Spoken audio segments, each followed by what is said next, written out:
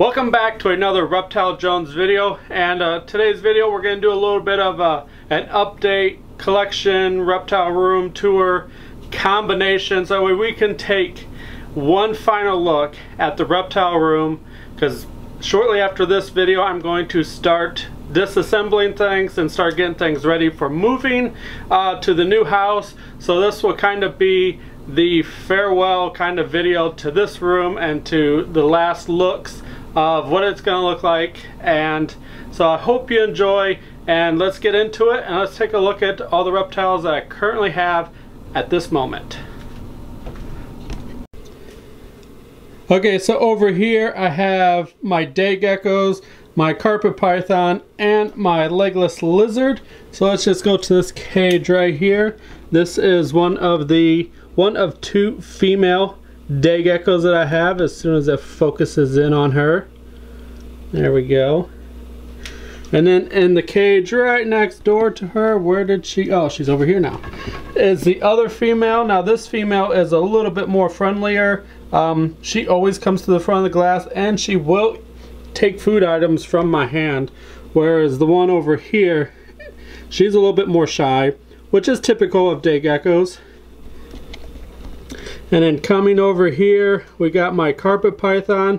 As you can see, he just shed skin, so that's pretty cool. We'll get him out in a moment and get a better look at him while somebody is trying to get more camera time. You're not shy at all, are you? Come on, focus in on her.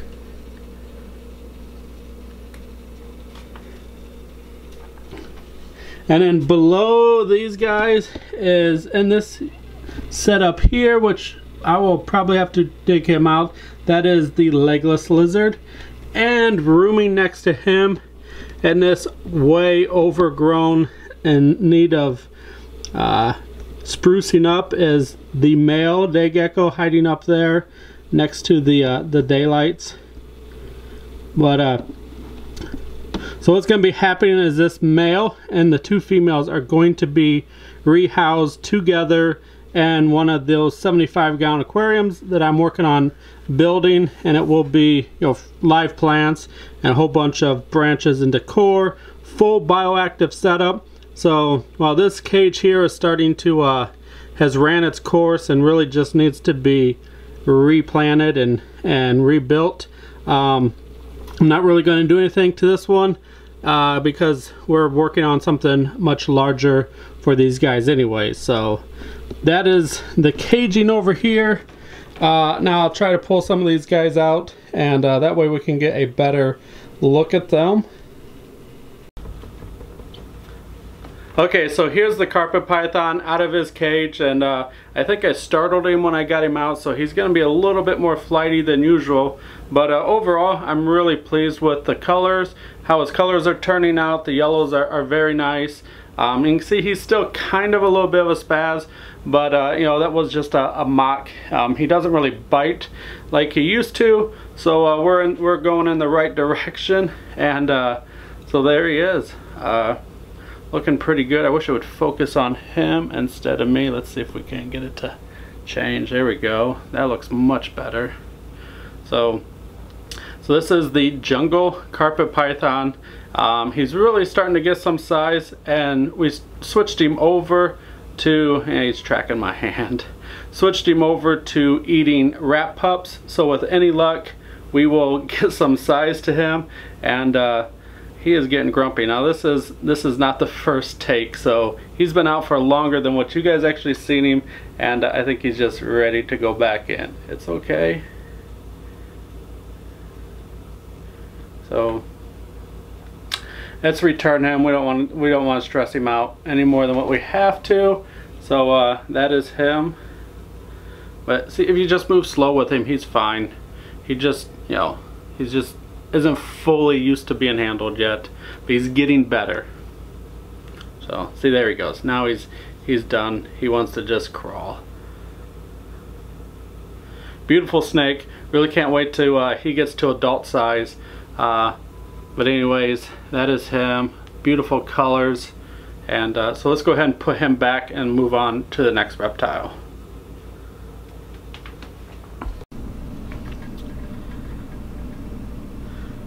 So this here is my legless lizard, and his name is Lieutenant Dan. But you ain't got no legs, Lieutenant Dan. So that's why we call him Lieutenant Dan, because he doesn't have any legs.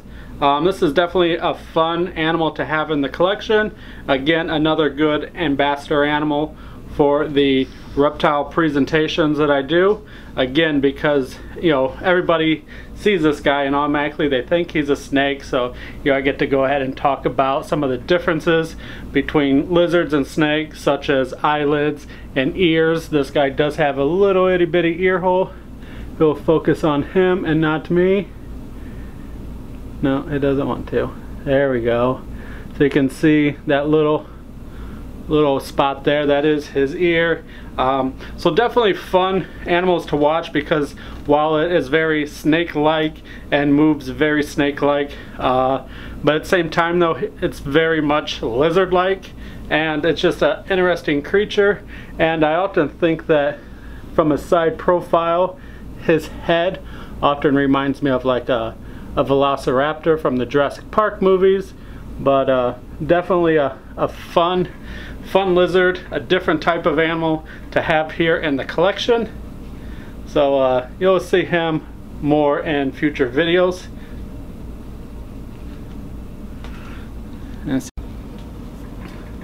Okay, so here we have my albino ball python. She's the oldest snake in my collection, and definitely one of my favorites, and a favorite here on the channel.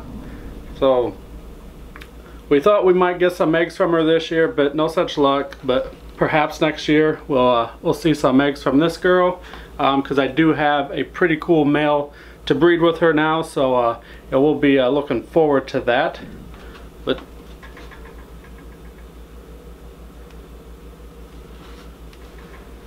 behave yourself. All right, so the next snake I have here is my pied ball python, and this is the snake I was referring to when I was talking about the albino, that I've got a nice male to breed with her for next year. And the reason is because he is also 100% het for albino, so that's going to be exciting clutch. Eventually we will get down to making some albino pieds, which is something I'm really looking forward to. But yeah, so I haven't had this guy long in my collection, but he's still looking pretty good. I'd say he's a low expression pied. We got a good like ringer-like mark here on the back. It goes all the way around, and then we just got some nice pied markings up and down the sides. And to be honest, this is about what I like when I see a pied, because we get all that nice, see if we can't get him to, we get all that nice like distorted blushing pattern, but on the back we can kind of still see somewhat of a normal-ish type pattern. So we get a lot of varying looks to this guy as you look up and down his body, but just enough white to really throw it off. But nice contrast, but his back pattern is still pretty cool. So happy to have this guy. As you can see, he's not 100% accepting of being handled. He's still kind of a bit of a little spaz, but he's still somewhat relatively young snake, so he'll be all right. We'll get him turned around, and he'll be just fine. But yeah, that's him. So we'll be seeing more of him on the channel, and hopefully he will father my first ever ball python clutch. So stay tuned for that, and let's move on to the next reptile.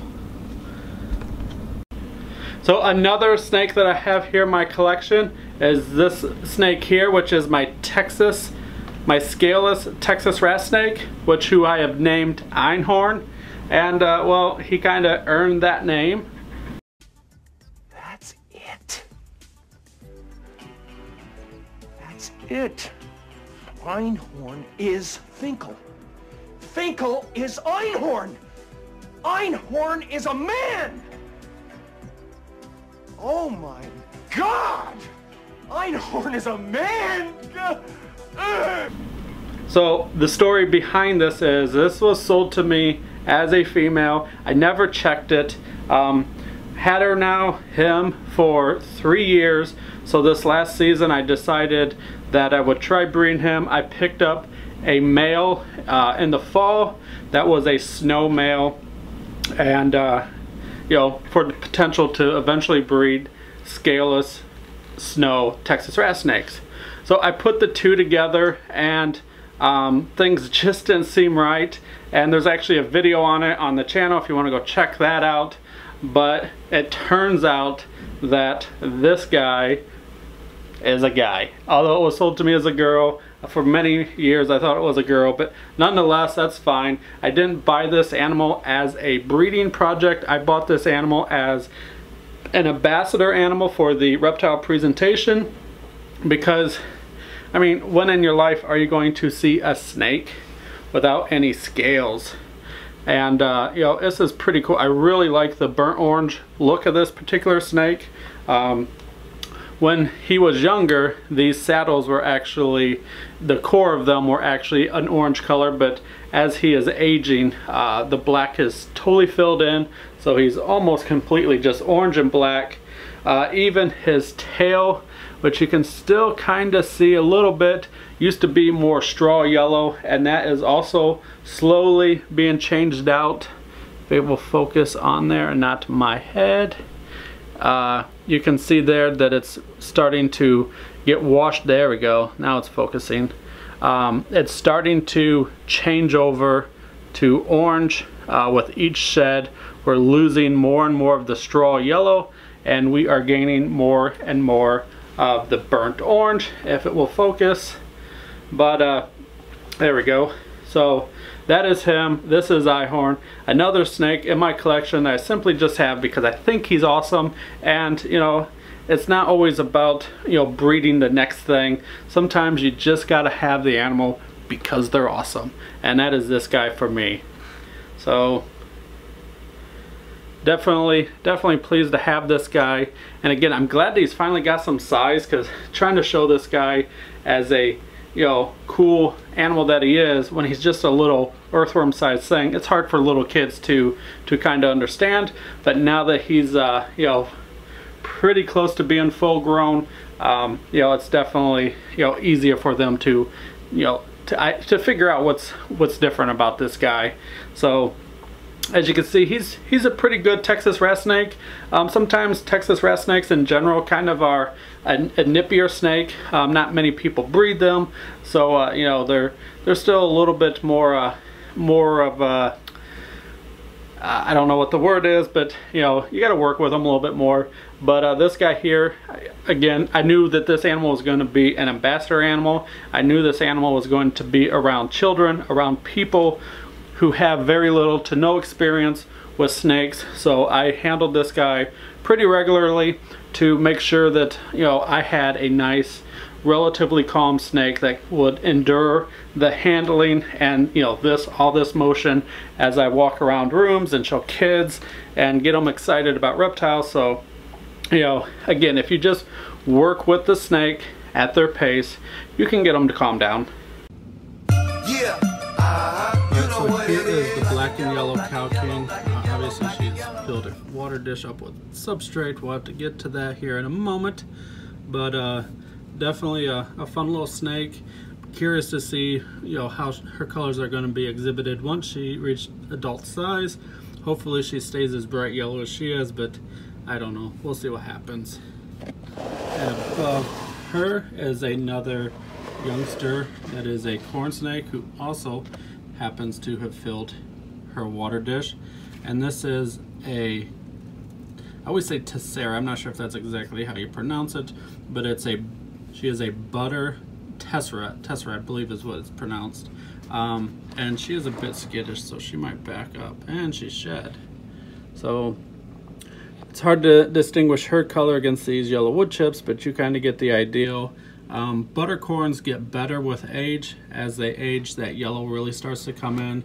So we're only just seeing the tip of the iceberg of what, you know, she could potentially be as far as her yellow color goes. So you have to stay tuned and just kind of see how she develops.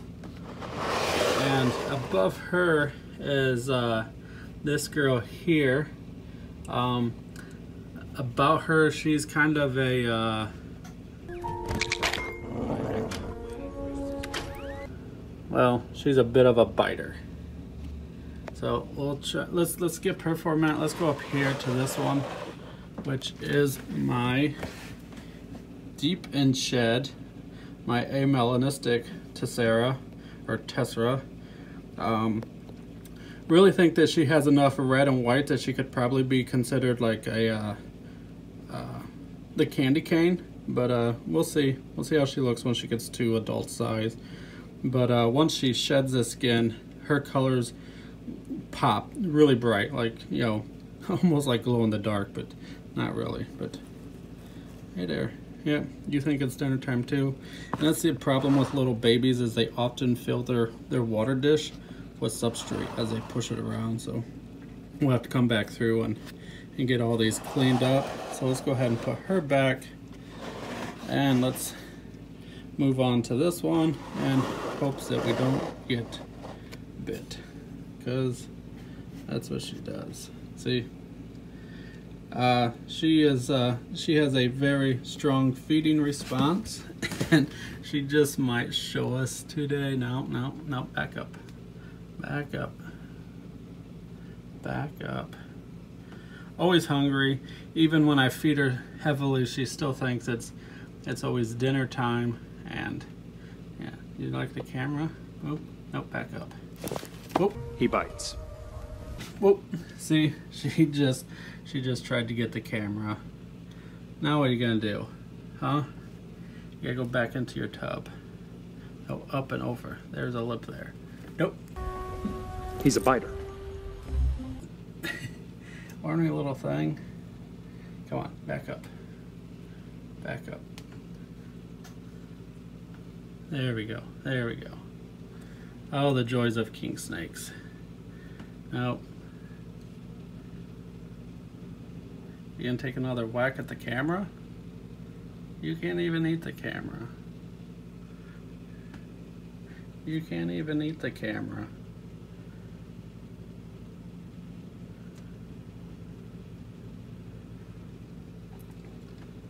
This girl's a little crazy. This is why I don't suggest king snakes as a first-time snake. Obviously, this is only one of 3 that I have, and you know, she's the only one who exhibits this extreme behavior. But if this was your first experience into snakes, this would definitely be off-putting. So that's why I say wait till you get some more experience. No. Back up. No. I'm just trying not to get bit, because she does hold on. Here, see if we can't get her to pull that tail in so we can close her up. Nope, stay back. Stay back, there we go. There we go, there we go. She's back in there. So yeah, that fun excitement, we'll just leave it at that and move on to the next stuff.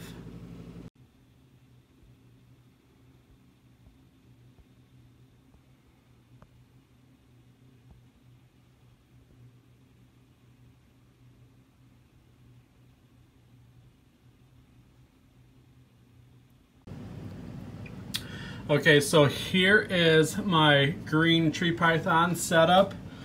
She's doing pretty good. She did go through a bit of a feed strike as well recently. Let's see if we can get a good shot. Let's just open this up. But I think it was just simply because she was shedding, and I don't know, it took her a little longer than usual.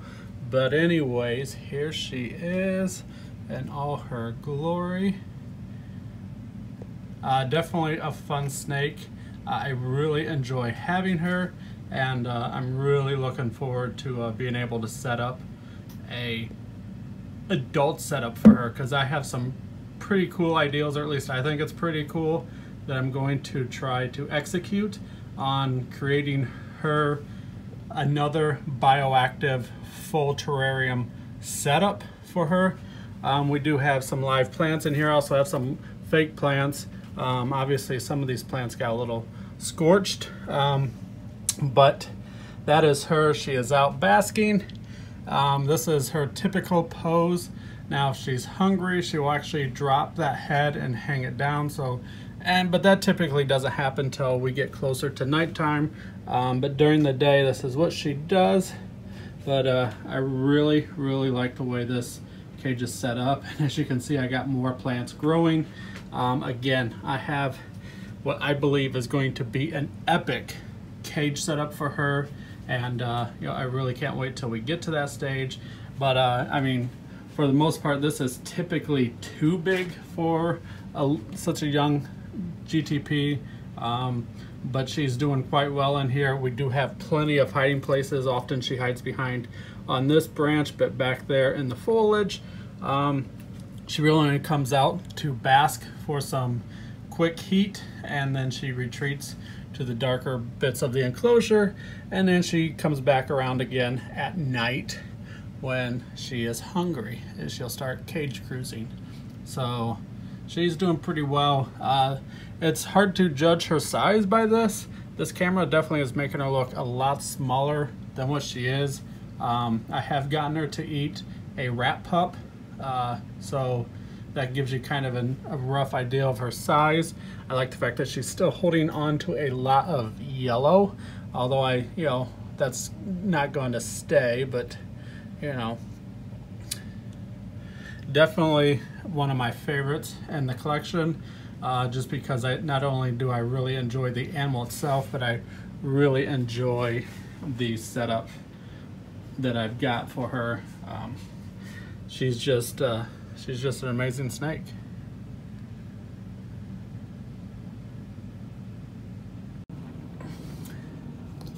Okay, so over here on this rack, I've got 4 subadults, and we're going to start with this guy here, which is my Albino Nelson's milk snake. This guy's pretty cool. You know, nice bright colors, you know, strong feeder, and just definitely one of my favorites. The camera is actually doing quite well, picking up his colors as well. And of course, he's thinking it's dinner time. We do not have a food for you at this time, so we're just coming to say hi. He's got some stuff in his water dish, but that's pretty typical. They always knock stuff in there. Yeah. Smiling at the camera. You discovered we're here. No food though. Alright, let's put him back. And there we go. Move on to the next bin, which is another Nelson's milk snake. Now this is a T positive Albino Nelson's. This here is a little female. The one that you just previously seen was a male. So yes, eventually we will try to breed these two together. She's a bit on a hunger strike, as she hasn't ate the last couple times, but we're going to try again today. So, but I really like her colors as well.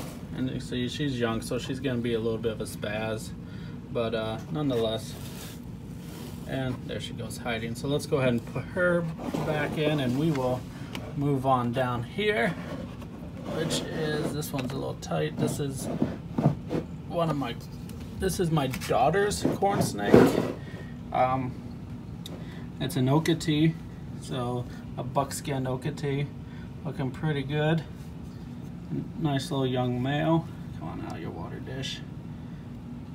I really like the way he looks. He won't be in the reptile room for long though, because he is eventually going to go to my daughter's room. She's going to have a tank set up there. So some nice yellows, and he wants to go for a bit of a swim.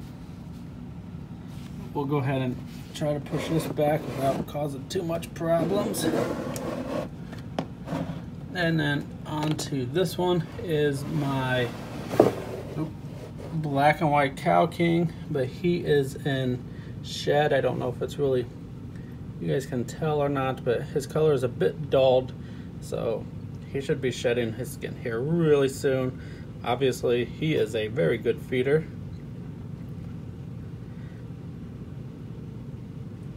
One of my favorites. So that is it over here for this rack. Another snake that I have in my collection is this beautiful snake here, and this is a Hypo lavender striped corn snake, produced here by me. I hatched this little girl out several years ago, so really pleased with the way she's looking. I mean, I wish there was a little bit more pink tones going on in her, but you know, that's just the luck of the draw. But either way, I still really like the way she looks. And again, this is one that's going to stay with me. We tried breeding her in the springtime. That didn't really take, but if you follow the channel, you know that we really didn't burmate them as long as I typically do. It was just a short burmation, and so I'm chalking that up to all my breeding issues this year as far as not producing anything. We just didn't really cycle them as long as I typically would have in the past. So, but yeah, that is her. Come on, focus on there we go. Again, corn snakes, one of my favorites, and represented right here. Very beautiful snake. So let's go ahead and put her back and move on to the next reptile.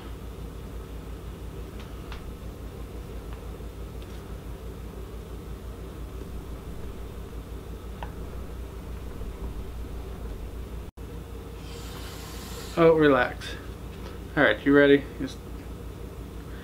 So up next here is my large northern pine snake. A fan favorite, one of my favorites.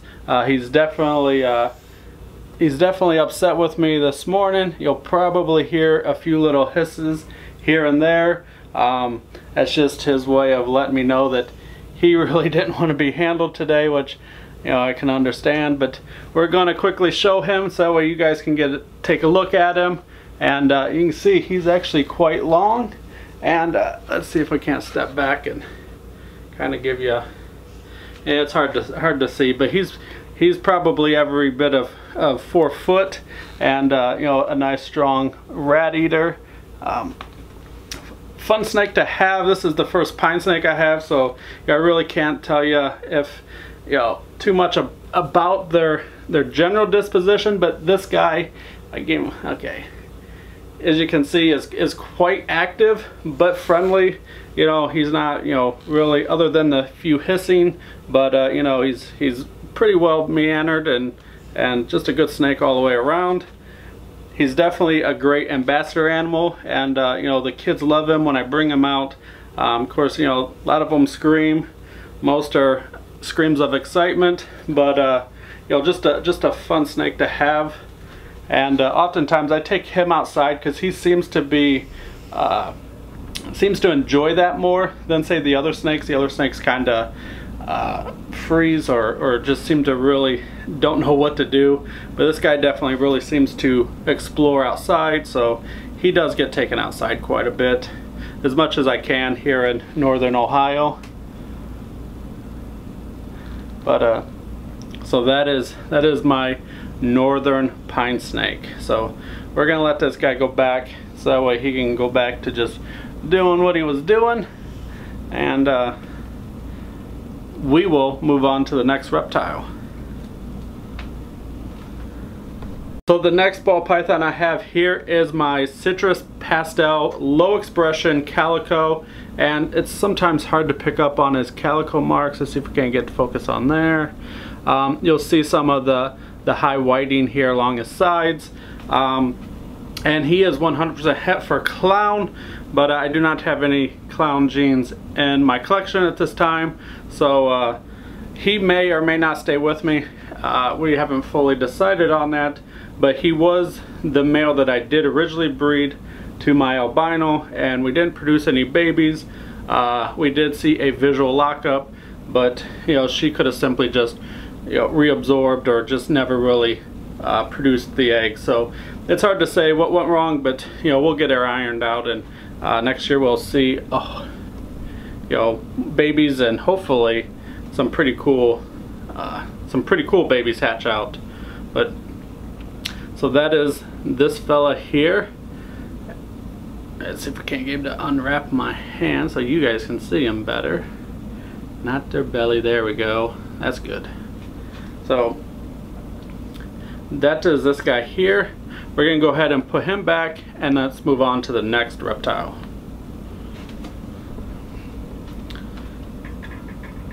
Alright, so what we have next is my Sinaloan milk snake, and this is just one of my all-time favorite snakes just to have. In past videos you would have seen that I had 2 of these. I have since sold the female, and I'm just going to keep the male. I just really like the way they look, so you know, this guy here is going to stay as a pet, as an ambassador for the educational presentations that I do. And you know, he's just more calm. That's why I chose him. He was larger than the female, and you know, as you can see, he does pretty well at handling. And the female, she was just a little bit more of a spaz. She really didn't like to be handled, so I went ahead and just, you know, found her a new home. And I'm gonna keep this guy because I just really like him. I really like the reds on this. I mean, the camera is just really capturing his reds really well, and you know, for me, this is just a very stunning, beautiful snake. So he's going to stay with me. Little chin rubs. So this here, the Sinaloan milk snake. No, you don't want to go to the camera? There we go. He got some pretty good size to him.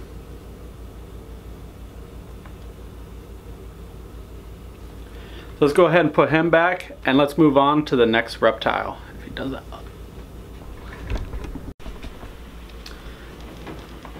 Alright, so last but certainly not least is this big girl here. And of course, this is my Sunglow boa constrictor. She's you know, she's got some pretty good size. She is you know, okay, so her backstory, because she is a little stunted for her size. I mean, for her age, she should actually be bigger than this. She is about 4.5 foot, somewhere around there, give or take. And but the sad thing is that she's about estimated to be about 10 years old. Now, I've had her for 5, and I purchased her somewhere around when she was supposed to be 4 or 5 years old.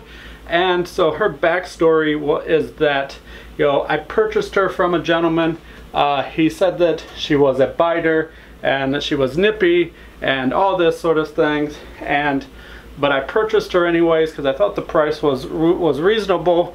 And you know, I always wanted some form of albino boa, and I just didn't want to buy a super small baby. So at the time I purchased her, she was probably around 3 feet long, and she wraps my hand. But anyways, what I'm getting to is, what I think happened is what he perceived as aggression, I think was just simply the snake wasn't being fed enough. And of course, we know that is going to interfere with their growth. And so I don't think she's going to get too much more larger than what she is now. Obviously, she'll probably grow just a little bit more as she ages, but I think for the most part, she's not going to get anywhere near the adult size that she should have. And you know, that's just fine. Again, I've had her for 5 years, never had any real signs of aggression. Only twice has she ever really let out a loud hiss to let me know that, you know, hey, today is not a day that I just feel like being bothered, you know. So, but I use her in the education presentations, and obviously the kids definitely love her because she's a big yellow snake, and you know, it's pretty cool to see. But again, I have not had no real aggression issues with her whatsoever, and that's why I'm thinking that she was probably just underfed, and what he thought was aggression was just really, you know, a hungry snake just wanting some food. She eats quite healthy with me. I give her a jumbo size rat about every 2 to 3 weeks because we want her to grow, but we also don't want her to be obese. So, and because that will also shorten her life. So, you know, we try to keep food coming consistently, and it seems to be working because, like I said, I have not had any real true aggression. She's never tried to bite me, but you know, another one of those snakes that are just a favorite in my collection. I'm really glad to have her, and you know, she'll be around for as long as she's good, healthy, and whatever her life expectancy is, she'll be here with me. She's not gonna go nowhere. So yeah, this is one of those snakes that I couldn't get rid of.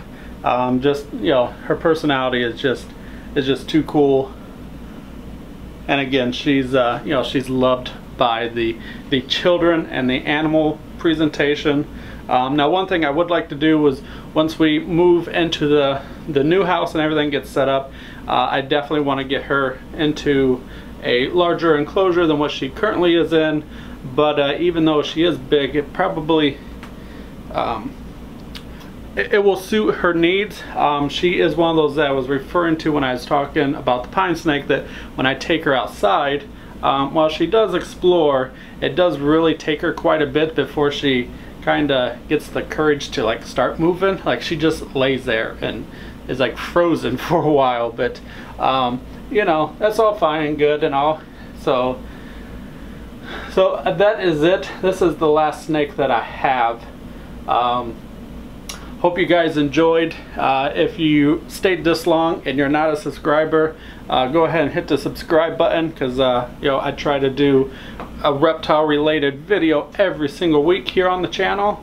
And don't forget to hit the bell icon, and we'll see you in the next video. Okay, so that's it for this video. Thanks for watching. Thanks for sticking to the very end.